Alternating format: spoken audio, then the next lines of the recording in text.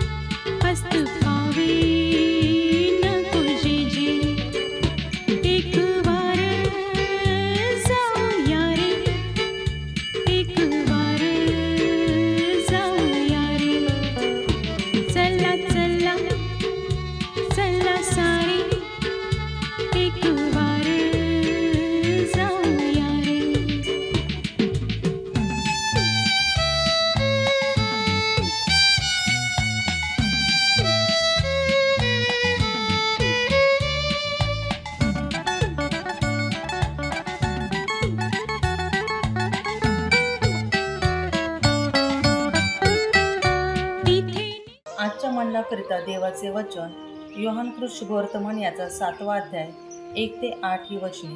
योहानकृत शुभवर्तमान याचा 7वा अध्याय 1 ते 8 ही वचने. त्यानंतर येशू गालिलात फिरू लागला, कारण यहुदी त्याला जीवे मारावयास पाहत होते, म्हणून त्याला यहुदियात फिरावेसे वाटले नाही. यहुद्यांचा सण म्हणजे मंडपाचा सण जवळ आला होता, म्हणून त्याचे भाऊ त्याला म्हणाले, जी कामे तू करतोस ती तुझ्या शिष्यांनीही पाहावी, म्हणून तू येथून निघून यहुदियात जा. जो कोणी प्रसिद्ध होऊ पाहतो तो गुप्तपणे काही करीत नाही. तू ही कामे करीत असशील तर स्वतः जगाला प्रगट हो, कारण त्याचे भाऊही त्याच्यावरती विश्वास ठेवीत नव्हते. त्यावरून येशू त्यांना म्हणाला, माझा समय अजून आला नाही, तुमचा समय तर सर्वदा सिद्ध आहे. जगाने तुमचा द्वेष करावा हे शक्य नाही, पण ते माझा द्वेष करते, कारण त्यांची कृत्ये वाईट आहेत, अशी मी त्याविषयी साक्ष देतो.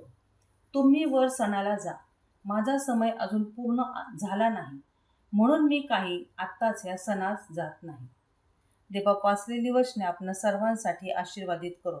प्रियजनो, येशू ख्रिस्ताच्या नावात सर्व सलाम.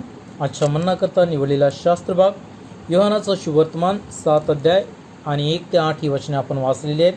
या ठिकाणी येशू आणि त्यांच्या बंधूचं संभाषण आम्ही ऐकतो, कारण त्यांचे बंधू त्याच्यावर विश्वास करत नव्हते आणि म्हणून ते त्याला म्हणत आहेत की जो कोणी प्रसिद्ध होऊ पाहतो तो गुप्तपणे काही करीत नाही.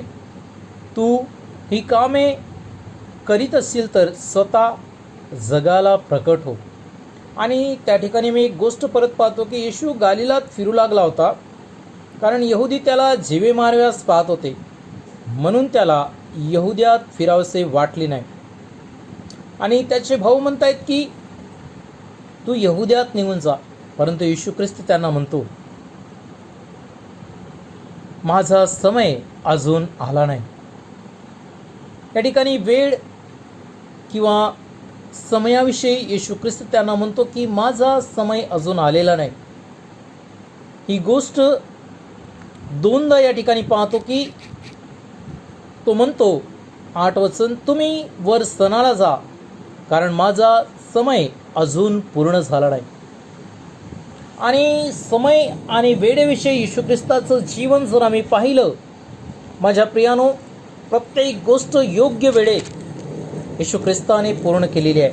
आणि म्हणून आपल्या भावांना देखील तो सांगत आहे की माझा समय अजून आलेला नाही. वेळ किंवा समयाविषयी बायबल सांगतं, समुपदेशक याचा 3रा अध्याय आणि 1 वचन, सर्वांचा काही उचित काळ असतो आणि भूतलावावरील प्रत्येक कार्याला समय असतो. आणि म्हणून प्रत्येक गोष्ट वेळेवर किंवा त्या कार्यात किंवा त्या समयात व्हायला पाहिजे. येशू ख्रिस्त दुसऱ्या ठिकाणी देखील कानाच्या लग्नात म्हणजे यूहन्ना 2 आणि 4 मध्ये म्हणतो, बाई माझी वेळ अजून आलेली नाही. आणि माझ्या प्रियानो, वेळेला आम्ही ओळखायला पाहिजे आणि त्या वेळेत आम्ही ते कार्य करायला पाहिजे. यिर्मयाचं पुस्तक 8 अध्याय आणि 7 वचनात खूप सुंदर असं लिहिलेलं आहे, आकाशातील कर्कोजी आपला नेमलेला समय जाणतो, होला, निवडी व सारस आपल्या येण्याच्या वेळेचे स्मरण ठेवतात, पण माझे लोक परमेश्वराचा निर्णय ओळखीत नाही. आणि खरोखर देवाचं वचन सांगते की आम्ही योग्य समय, उचित वेळ ओळखायला पाहिजे आणि प्रत्येक काम त्या वेळेत आम्ही करायला पाहिजे. कधी कधी हुतावीडपणाने आम्ही कार्य करतो, कधी कधी आळस आमच्या जीवनात असते आणि ते त्या वेळेत आम्ही काम करत नाही. माझ्या प्रियानो, देवाचं वचन सांगते की प्रत्येक काम योग्य किंवा उचित वेळी व्हायला पाहिजे. आणि म्हणून देवाचं वचन सांगते की देव आम्हाला योग्य वेळ दिलेला आहे, त्या वेळेचा आम्ही सदुपयोग करायला पाहिजे. देवबाप करू, या वचनाने आम्हाला आशीर्वादित करू. आपण प्रार्थना करू. स्वर्गीय देवबाप्पा, येशू ख्रिस्ताच्या नावात तुमच्या दयेच्या सम्मुख येऊन धन्यवाद देतो प्रभू. वेळेचा सदुपयोग करण्यासाठी तुझी कृपा पुरव प्रभू. उतावीळपणा नाही किंवा आळसही नाही प्रभू, आमच्यातील आळसपणा तू घालवून टाक दे बाप्पा. आणि प्रत्येक कामाचा योग्य आणि उचित वेळ समजून ते कार्य पूर्ण करण्यासाठी सहायता कर परमेश्वर बाप्पा. प्रभू, ते वेळ आणि काळ समजण्यासाठी तू आमची सहायता कर आणि ते प्रत्येक काम योग्य आणि उचित वेळेस करण्यास तुझी कृपा पुरव. मी प्रार्थना करतोय प्रभू, तुझे लोक परमेश्वर बाप्पा ज्यांना जे कार्य तू दिलेले आहेस ते करत असता, तो त्यांचा मार्गदर्शक हो आणि ते कार्य वेळेवर पूर्ण करण्यासाठी तुझी कृपा पुरव. ते समय ओळखण्यासाठी सहायता कर आणि प्रभू तू त्यांना आशीर्वादित कर. येशूच्या नावात प्रार्थना मागतो म्हणून तो ऐक. आमेन.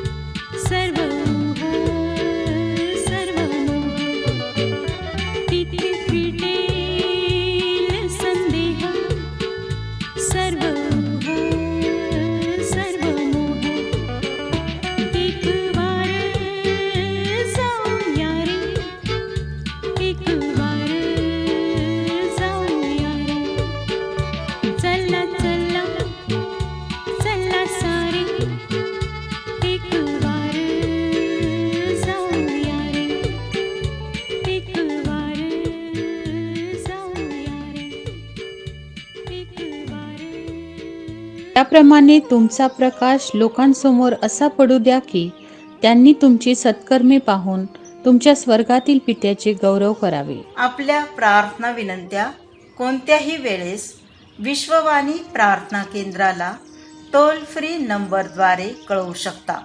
आमचा टोल फ्री नंबर 1-800-2700-333. आम्ही आपणासाठी या नंबरवर प्रार्थना करण्यास उपलब्ध आहोत. धन्यवाद.